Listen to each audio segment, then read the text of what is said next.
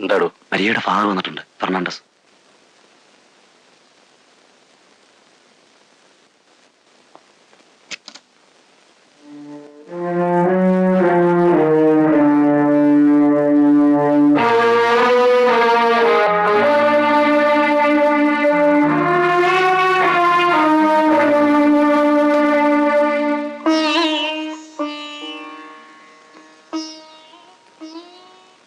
ക്ഷമിക്കണം സാർ, ഒരബദ്ധം പറ്റിപ്പോയി. പുറത്തറിഞ്ഞാൽ ഞങ്ങളുടെ രാഷ്ട്രീയ ഭാവി നശിക്കും. സാറിന്റെ മകളുടെ ഭാവി എന്താവും? മരിയയ്ക്ക് കുഴപ്പമൊന്നുമില്ല സാർ, ഡോക്ടർ പറഞ്ഞു.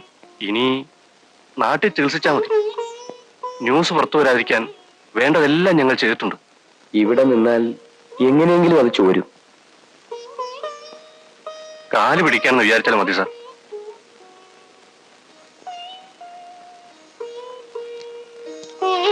ട്രിവാൻഡ്രത്തേക്ക് നാളെ മോർണിംഗ് ഫ്ലൈറ്റിന് 2 ടിക്കറ്റ് ശരിയാക്കിയിട്ടുണ്ട്.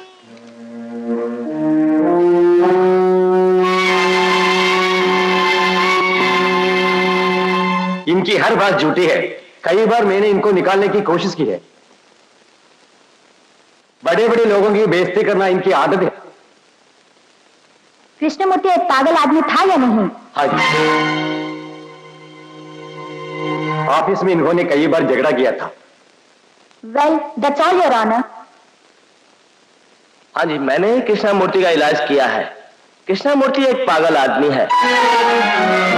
ये इलाज की रिपोर्ट है.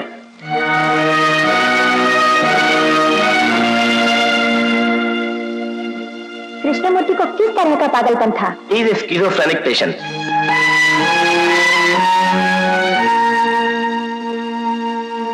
पागलपन जो देखा नहीं वो देखा हुआ सा लगता है. Your Honor, his statement is false. All are blatant lies. There's absolutely no relationship between him and my daughter. No one has done any harm to her.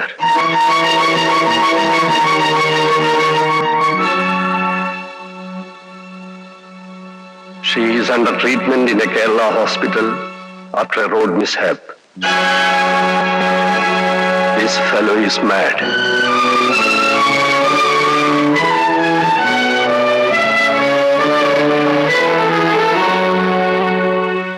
See, Mr. Agarwal, you have to do. You must. No, I can't do it. We know that man GK is innocent. That's beyond my conscience. ഓ, അവന്റെ അമ്മയുടെ മനസാക്ഷി. നമ്മൾ ആവശ്യക്കാരാണ് കണ്ടപ്പോ അവൻ വില പേശുക, വില കൂട്ടാൻ. ശങ്കർ, കാശൻ കാശ്, പ്രൊമോഷൻ പ്രൊമോഷൻ. എന്തെങ്കിലും ഓഫർ ചെയ്താൽ നോക്കണോ? കുറഞ്ഞ 5 വർഷം GK അകത്ത് കിടക്കണം. The prosecution has proved the case against the accused beyond doubt. Thus, this court sentences the accused to undergo rigorous imprisonment for 5 years. The accused being a lunatic, the first 2 years he has to be in a mental asylum. No, I am not mad. എനിക്ക് ഭ്രാന്തില്ല. मैं पागल नहीं हूं. I am not mad. I am not mad. എനിക്ക് ഭ്രാന്തില്ല. I am not mad. I am not mad, sir.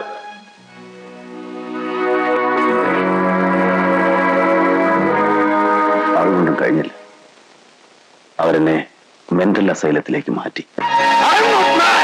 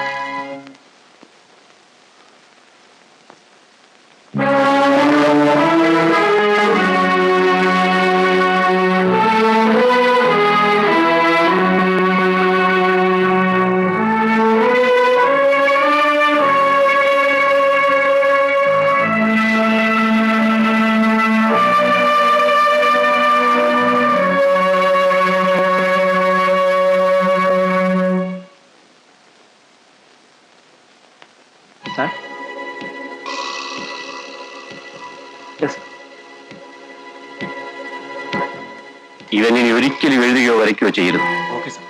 ശരി sir.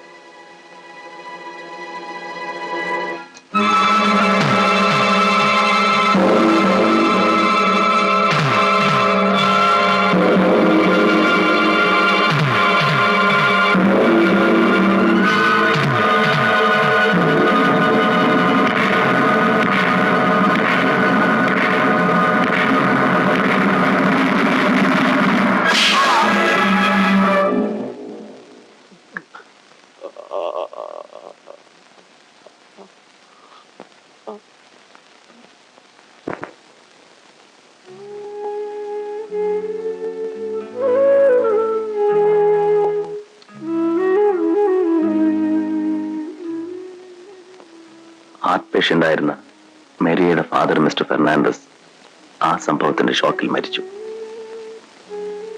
എന്നെ ആസ്പത്രിയിൽ നിന്ന് ജയിലിലേക്ക് മാറ്റിയ ദിവസം മരിയ വന്നിരുന്നു. പക്ഷേ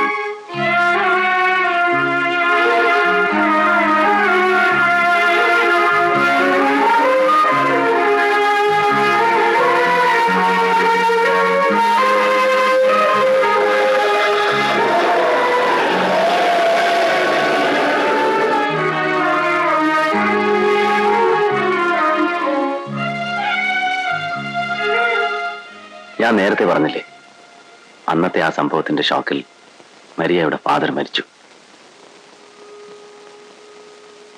നാട്ടിൽ അവൾക്ക് മറ്റാരുമില്ല. സ്വത്തുക്കളെല്ലാം വിറ്റ് അവൾ ഡൽഹിയിൽ വന്നതാണ്. എനിക്കിങ്ങനെയൊക്കെ സംഭവിക്കാൻ കാരണം മരിയയാണെന്ന് ഉമ്മ പറയാൻ തുടങ്ങിയതിന് ശേഷമാണ് ഞാൻ മരിയയെ ഇഷ്ടപ്പെടാൻ തുടങ്ങിയത്. അപ്പോഴേക്കും ഞാനകത്തും അവൾ പുറത്തുമായി. ഉമ്മയ്ക്ക് എന്നും അവളോട് വെറുപ്പാണ്. അവൾക്ക് UNA ജോലി വാങ്ങിക്കൊടുത്തത് മരിയയാണെന്ന് ഉമ്മയ്ക്ക് ഇപ്പോഴും അറിയില്ല.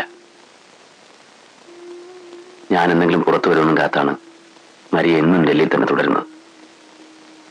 ഇന്നവൾക്ക് ആരുമില്ല, ഞാനുണ്ടെന്നാണ് അവളുടെ വിശ്വാസം. പക്ഷേ എനിക്കിനി അങ്ങനെ ഒരു ജീവിതമില്ല. സാറിന് ഇനി 5 മാസം കൂടിയല്ലേ ഉള്ളൂ. പുറത്തിറങ്ങിയാൽ സാർ എന്ത് ചെയ്യാൻ പോകുന്നു?